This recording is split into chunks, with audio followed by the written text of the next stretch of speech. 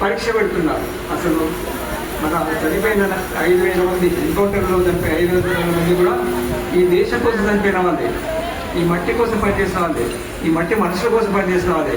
మనం ఇప్పుడు మనం ఆ పరీక్ష మీకు సమయం వచ్చింది, ఆ పరీక్షను మన పరీక్షిస్తున్నారు. మీకు దేశభక్తులేనా, మీకు దేశభక్తి ఉందా? అట్లా ఉంటే భారత్ మాతకి చేయండి, అట్లా ఉంటే దాన్ని ఖండించండి, అట్లా ఉంటే సైనికుల గురించి మాట్లాడండి. ఈ పరిస్థితి, ఇటువంటి పరిస్థితి. ఇదే కాకుండా కార్పొరేట్ కల్చర్ పొట్టిగా వచ్చేసింది, సినిమాలలో కార్పొరేట్ కల్చర్ వచ్చేసింది. పాట మెల్లమెల్లగా రకరకాల వేరే రూపాలు తీసుకుంటుంది.